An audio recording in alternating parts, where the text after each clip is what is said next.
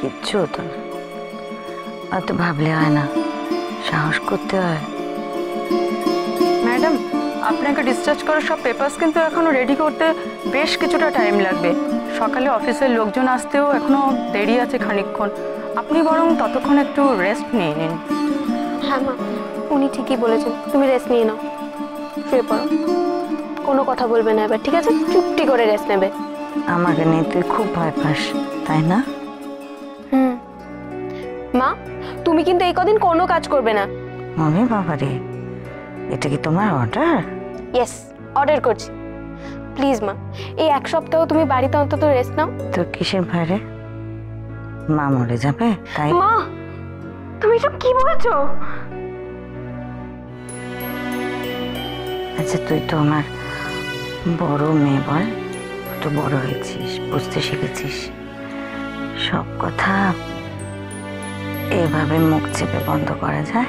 আমি অত কিছু জানি না, তুমি এরকম কথা আর কখনো বলবে না, ব্যাস। এই গুনগুন, কি হয়েছে? ওই দেখো, কাঁদছে পোকার মতো।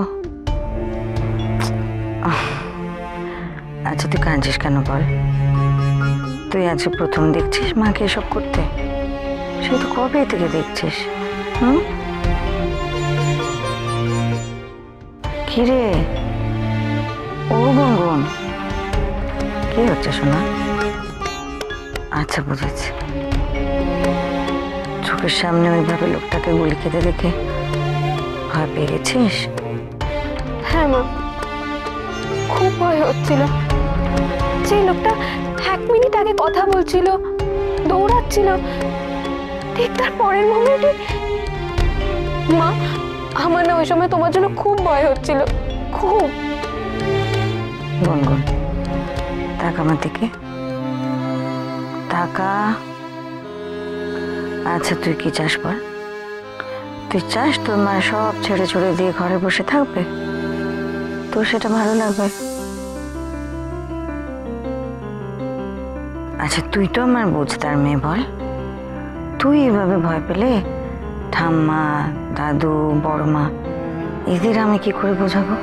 মা, একটা কথা বলবো? বল। তুমি তুমি যা খুশি করো, যেখানে খুশি যাও, শুধু আমাকে তোমার সঙ্গে সঙ্গে রাখবে মা। কিন্তু তাহলে তো অনেক সাহসী হতে হবে। হ্যাঁ, সাহসী হব। আর আমি তো এখন ক্যারাটেও শিখে নিয়েছি। মা প্লিজ, আমি থাকি না তোমার সঙ্গে? শোনা আমি। আচ্ছা গুনগুন, তুই কিনা শেষে আমার বডিগার্ড হবি? হবই তো। বেশ, তাহলে এখন থেকে তুই আমার সহকারী। সহকারী মানে? ও, অ্যাসিস্ট্যান্ট। অ্যাসিস্ট্যান্ট। তবে একটা কথা, লেখাপড়ার ক্ষতি করা চলবে না কিন্তু। না না, প্রমিস। এটা প্রমিস নাম্বার 1। আরও একটা প্রমিস করতে হবে কিন্তু। কি? এই কাজে কিন্তু আমার অবাধ্য হওয়া চলবে না।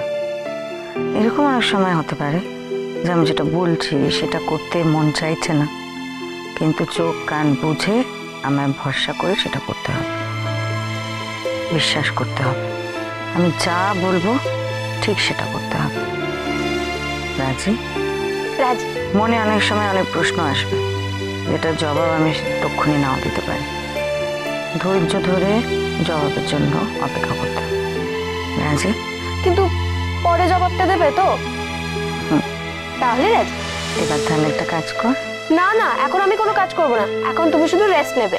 আমার কথা না শুনলে কিন্তু আমি অ্যাসিস্ট্যান্ট করব না। না না, বলো কি কাজ? নিচে যা, গিয়ে দেখ তো মিথিলা আন্টি বেরিয়ে গেছে কিনা। আর যদি না গিয়ে থাকে তাহলে এখানে একবার ডেকে আন।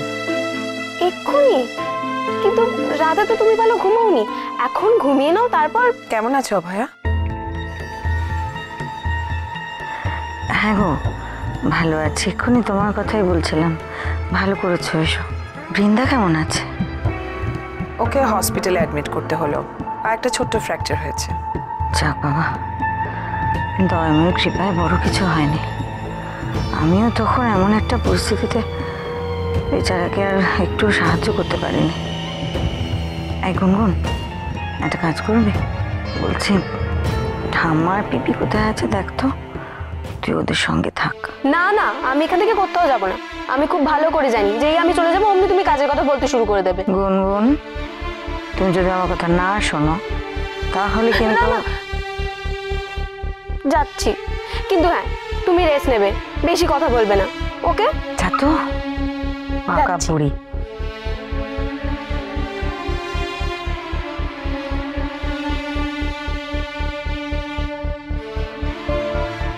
তোমার নতুন অ্যাসিস্ট্যান্ট বুঝি?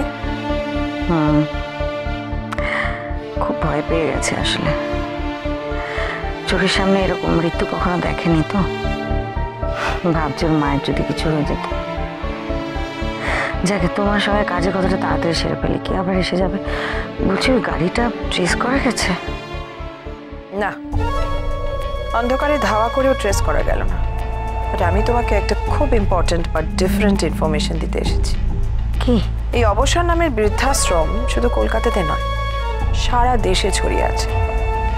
দিল্লি, চেন্নাই, হায়দ্রাবাদ, সমস্ত শহরে এই নামের বৃদ্ধাশ্রম আছে। তার মানে এখন অব্দি এই কেসে যে কটা শহরের লিঙ্ক পাওয়া গেছে, এতে সেই সব কটা শহরে ব্রাঞ্চ আছে। এক্স্যাক্টলি। ব্যাপারটার মানে বুঝতে পারছো মিথিলা? বুঝতে পারছি অভয়া।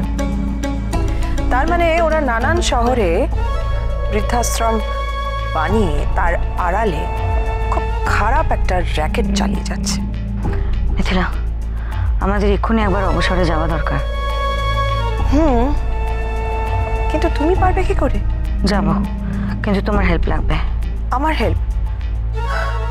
কিভাবে কি করতে চাইছো বলো? হসপিটাল থেকে আমরা যখন বেরোবো তুমি আমাকে তোমার গাড়িতে নেবে, আর ওদের বলবে বাড়ির গাড়িতে চলে যেতে। ওরা বাড়ি চলে যাবে, আমরা সোজা হোমে যাব। অভয়া, তুমি বুঝতে পারছো তোমার বাড়িতে কিরকম হাঙ্গামা শুরু হবে এরপর? বাড়িতে যা হবে সেটা আমি পরে সামলে নেব, কিন্তু এই কাজটা আর ফেলে রাখা চলবে না মিথিলা।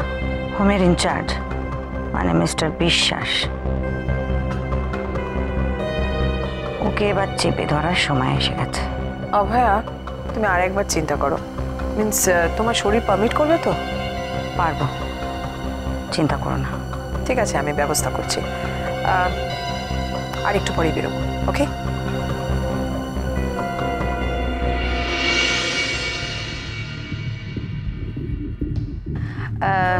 আচ্ছা, আমরা তো 5 জন হয়ে গেলাম না? তাহলে তো একটা গাড়িতে ধরবে না। এক কাজ করবো, তোমরা চলে যাও, আমি দেখছি। ঠিক আছে, কোনো অসুবিধা নেই, আমি ট্যাক্সি করে চলে যাব। ওমা, সে কি কথা আবার?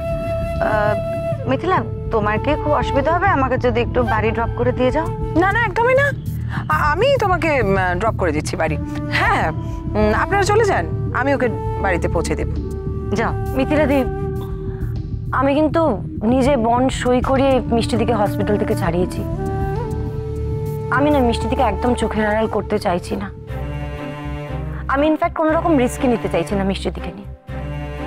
প্লিজ কিছু মনে করবেন না। মিষ্টিদি, তুমি আমাদের সাথে যাবে, চলো। হ্যাঁ, এসো। মিষ্টি আঁকামো করবে না, চলো। আরে বাবা, এতে পাকামোর কি আছে? দুটো গাড়ি সঙ্গে থাকতে বাবা ট্যাক্সিতে কেন যাবে? মিষ্টিদি, তুমি কিন্তু এবার তুমি সবাইকে নিয়ে ওঠো, আমি মিথিলার সঙ্গে আসছি। চিন্তা করো না, আমি আসছি বললাম তো। হ্যাঁ মাসিমা, চিন্তা করবেন না, আমি অভয়াকে নিয়ে বাড়িই যাচ্ছি, আপনাদের বাড়িতে। সত্যি বলছো তো? হ্যাঁ বুড়ি, বিশ্বাস করো, এইটুকু ভরসা আমাকে করতেই পারো, আমি নিয়ে যাচ্ছি ওকে। প্লিজ মিথিলা দি, আপনি কিন্তু একটু মিষ্টিদিকে দায়িত্ব নিয়ে বাড়িতে পৌঁছে দেবেন প্লিজ। বুঝতেই তো পারছেন আমাদের টেনশন হচ্ছে কিরকম, মা বাবা বাড়ির সকলের। প্লিজ। কি অদ্ভুত কাণ্ড, এই একটা কথা কেন শুনছে রে, এই জন্য আমার তো রাগ হয়। সত্যি। মাসিমা, আপনারা উঠুন উঠুন, গাড়িতে উঠুন। উঠে পড়ো। বাড়িতে ফিরবে কিন্তু তুমি সোজা। অভয়া, তুমি গাড়িতে ওঠো। হ্যাঁ, আমি আসছি। এসো, সাবধানে ওঠো। চলো।